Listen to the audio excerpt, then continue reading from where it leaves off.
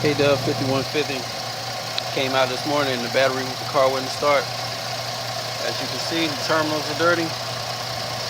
It's running now because when you put a little baking soda and water on there, fizzes it right on up.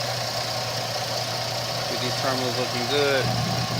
I tighten them up and jump the vehicle off, let it sit for a while, see all that acid interaction. Alright, and again, I got the vehicle running now though, but I had to jump it. But I'm thinking that the primary reason it wasn't running is probably these dirty battery terminals. And there's still corrosion. Corrosion is a culprit.